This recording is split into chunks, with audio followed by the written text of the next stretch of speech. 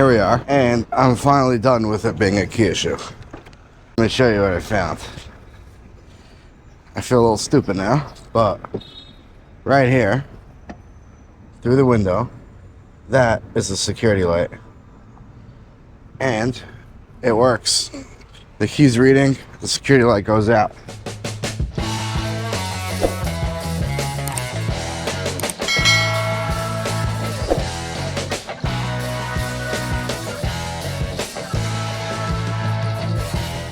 We have 2 keys here. Let's just see if the battery is charged at all. Alright. So if we look,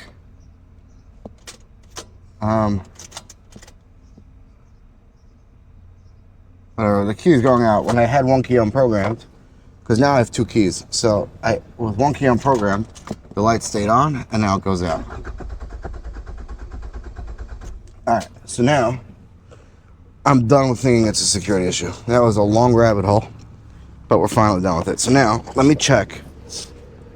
Since I put in the new cluster, I didn't check if we have injection pulse again. I got distracted by the security light. So now I want to check for injector pulse. If that one's cylinder number 1. 1, 2, 3. I just want to make sure I have the right colors. Alright, so I got the colors right, because over here, injector number 4 is a blue wire that's going to the computer. So that's the wire from the computer, and that's the right wire that I'm on. So let me put a scope on it again. I'm using my Pico because if this it doesn't have injector pulse, I'm going to go to the cam and cranks next. Maybe get a current ramp of the coils and the injectors. So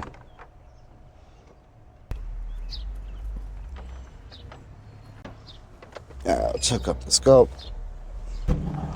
The advantage of using my Pico is also that I don't have another person here with me, so I can put it on a long time base and just come back and look at it. Alright, let's wire this to, what do we got here? Put it on 100 volts. Let's move this up to 500 milliseconds of division. And now I'm going to go crank the car, and then we'll look at the scope and see what we got.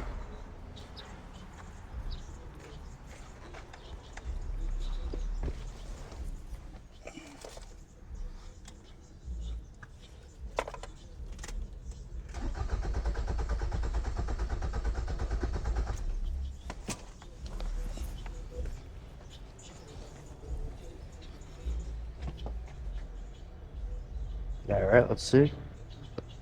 Okay, so we definitely rised up to 12 volts, so we know that we had a good connection. And then voltage dropped when we were cranking. But, as you can see, there's actually no pulse. Okay, now I think we have spark because I sprayed in brake cleaner. But, let's actually check if we have spark for real. What do we got? It's 3 wire coils. So we're gonna have a power, a ground, and a signal. So we're gonna pierce this wire right here. Yeah. So this wire, the last wire, is a different color. All right, we're gonna lower the voltage because it's gonna be a 5 volt signal, most likely, maybe a 12 volt. So we'll put it on 20 volt scale. 500 milliseconds. Now I'm hoping we have spark.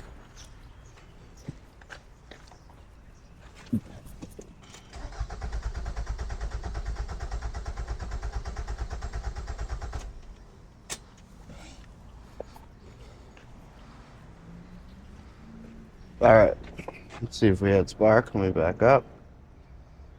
And we clearly have, as you can see, we have a signal telling us that we have spark. So we have spark and no injection pulse. Just like we thought. Nothing changed. I just tried to verify everything again because eventually you get crazy thinking that you made a mistake, you missed something. And I mean, I did miss something obvious. I missed the light in the wrong spot. I don't know why the wire goes to the cluster. Probably my diagram was wrong, but whatever. Now we know the keys. I did waste some time and made a key that it probably didn't need. It's life. All right, so now we got to find out what would cause spark and not injector pulse, and it's not an immobilizer issue. All right, I think the next best thing to do is get a cam and crank waveform. All right, I'm gonna look that up.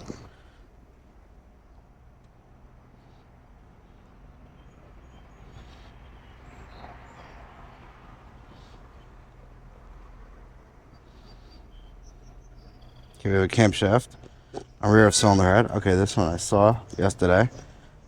It's right over here. It's a red, green, white, and black. Is that what we have here? Yeah. Okay. So that we got. Then where is the crank sensor? Here.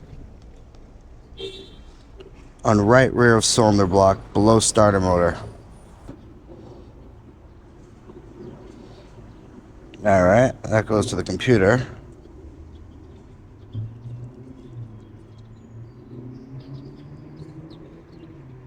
And the power feed is just voltage. Oh, it looks like a 12-volt signal. And here we have the camshaft. It's the same power. And where does it go to the computer? Okay, so the white wire is the phase wire. So that we can get easily right here. Let me just get another channel, and we'll get this wire right here. This white wire. And then the crank sensor, we're gonna have to either go to the computer or we're gonna have to find the wires. So let me get another probe. Alright, so I got here another channel. Let's pop it in over here. And now,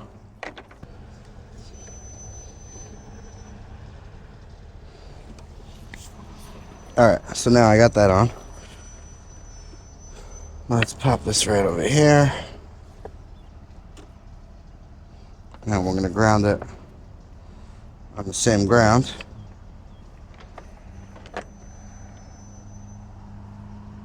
Alright. Let's get the scope up.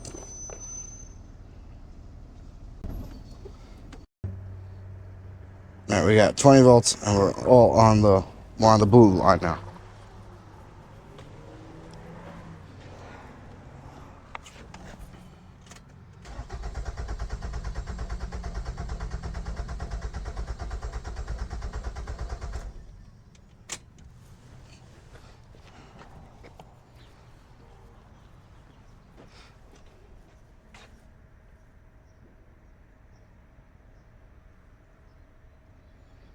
There we go. It's very shaky, but we have a 10 volt square wave. 1, 3, 4, 2, 1. Alright, so we got this now. I'm gonna have to get a crank sensor to see if we're in time. Because we still have no injector pulse. Alright, one thing I want to try. I want to see if we have spark with the camshaft sensor disconnected. And then I'll know for sure if the crank sensor input's good. So let me just use this guy.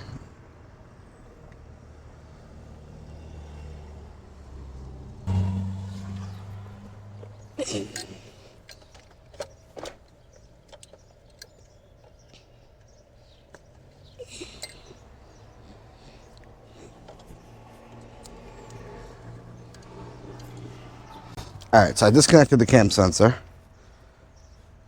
Now, let's zoom, let's start this. And now we should only get a coil signal. Alright, or nothing.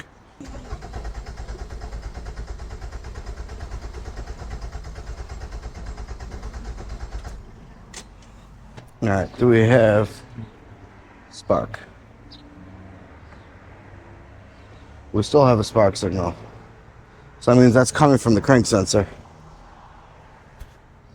I gotta find this crank sensor wiring.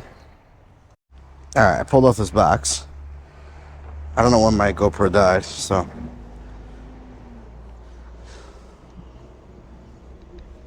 Here's the wire right here. I'm gonna try to open it up to get to it.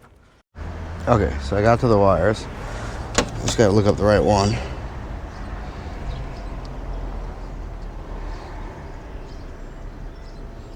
It's the white wire that goes to the computer.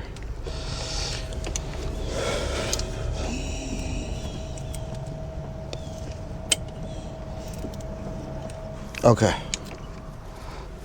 Now, I got that connected. Let me get the camshaft connected. So wait, that's this one.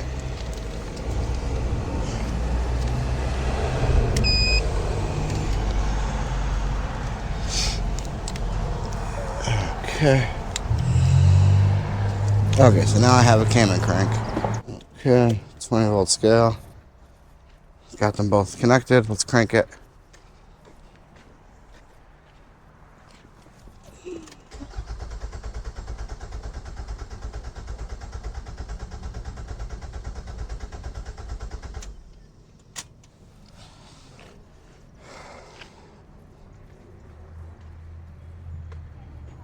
All right, what do we got?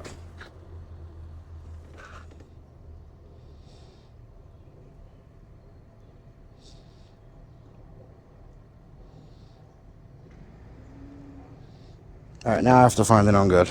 No way around it. All right, I'm gonna look for a known good. All right, I found the known good on the Pico website. Actually, never used it before, but let's see. Here we got. Okay, they're both around. Let's see.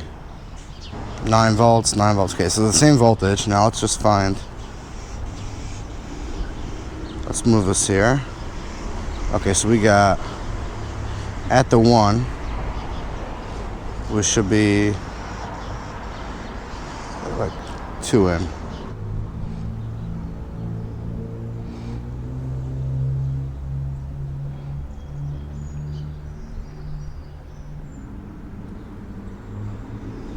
So drop off over there. Let's see, the 2 should be 1 in.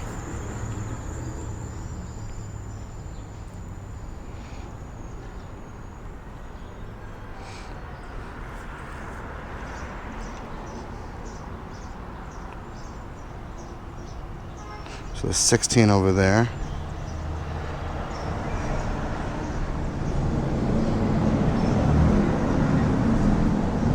And 16. And ours, the first one should be, ours is 1 in, 1 in, almost 2. And this one, our timing's a drop off. But I don't think it's off enough that should be causing us issues. I mean, this is like a tiny drop off. And it's the right voltage.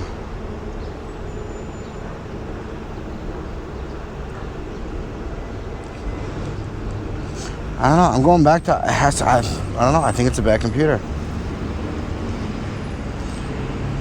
I don't know what else. I'm talking to the scan tool, we'll do a quick scan, but to me, it's looking like a bad computer. I know it's crazy, this computer was replaced, but I don't know what else it could be.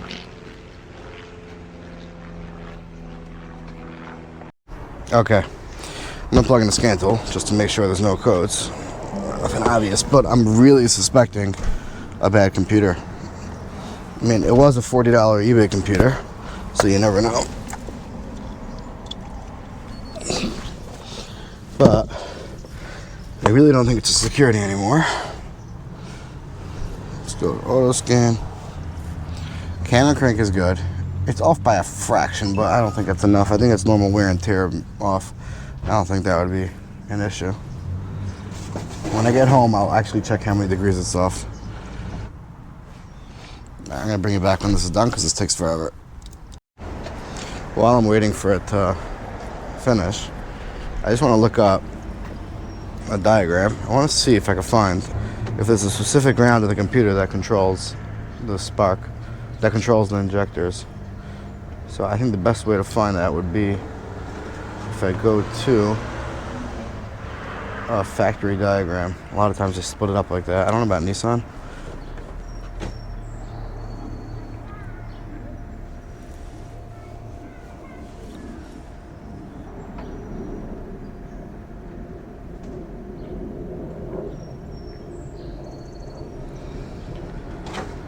Okay, here we go.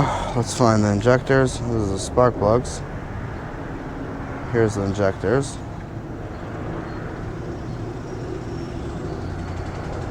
What numbers are they? 109, 23.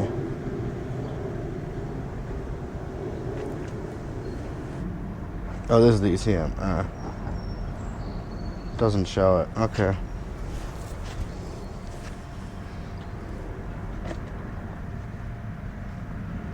I might just check all these power and grounds before I condemn the computer again.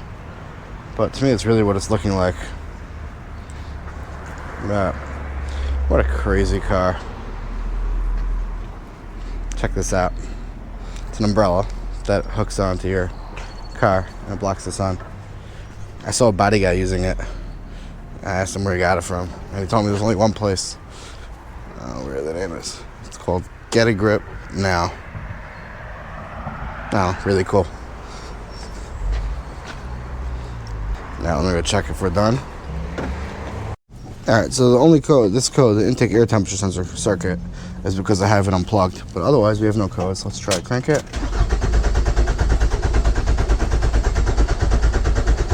And we got nothing. Okay, I'm just gonna check power and grounds for this computer. So, let's go here. What do we got? There's a ground on pin 1. And I know there's 2 powers here. There's a battery here. On pin 121, it's a white and blue. Alright, so this guy has a battery. Pin 1's a ground, so we should have power and ground over here. Across these two, and take a 4-amp test light. And power, one's ground. And we got power and ground here. Okay, good. Now, what else? We have another ground. We have, let's see, this is 121. That means the one across from it is pin 1. That's good. I'm just gonna go over down here, see if I find any more power and grounds. Ignition switch. 109. It's from the 121 side. It is 5N. So if this is 121, it's 1, 2, 3, 4, 5N. It's this guy right here. Now if I turn the key, okay, that turns on. Good. That one's good. ECM ground right here. 115 and 116. And 119 and 120 and 121. Alright, so 119, 120. So these 3 are supposed to be powers that we know. Okay, so let's check all these 3 right here. So we know we have a good ground on pin 2. Pin 1 should be a good ground. Is that it? Yeah, pin 1's a good ground. Okay. So this is pin 1. Now these 3 should be powers. Yeah, these 3 right here should all be powers. 1 is good. So am I wrong?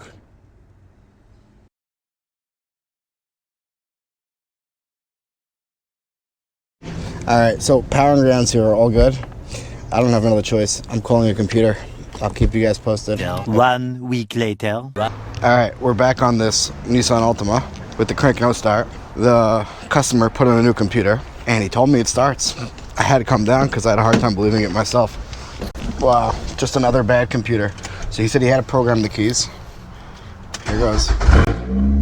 Oh, and that's it. The car started. Wow. It sounds like the exhaust is disconnected. But yeah, the car started. He said he's going to put an alternator in because I don't think it was working properly. He's going to have to put a new blow motor resistor over there. because it's stuck on the whole time. I didn't diagnose it. I don't know. Maybe it's blow motor. I don't know. He said, I'll look at it. What else? And that's it. But pretty much it needed a BCM. That we weren't wrong on. It did not need a cluster, I don't think, because it still can't communicate with that. I guess it just can't communicate with them normally. The radio, if he wants to fix it, he can fix it. But yeah, it was just another bad computer from eBay. That was a rough one. Alright, thanks for watching.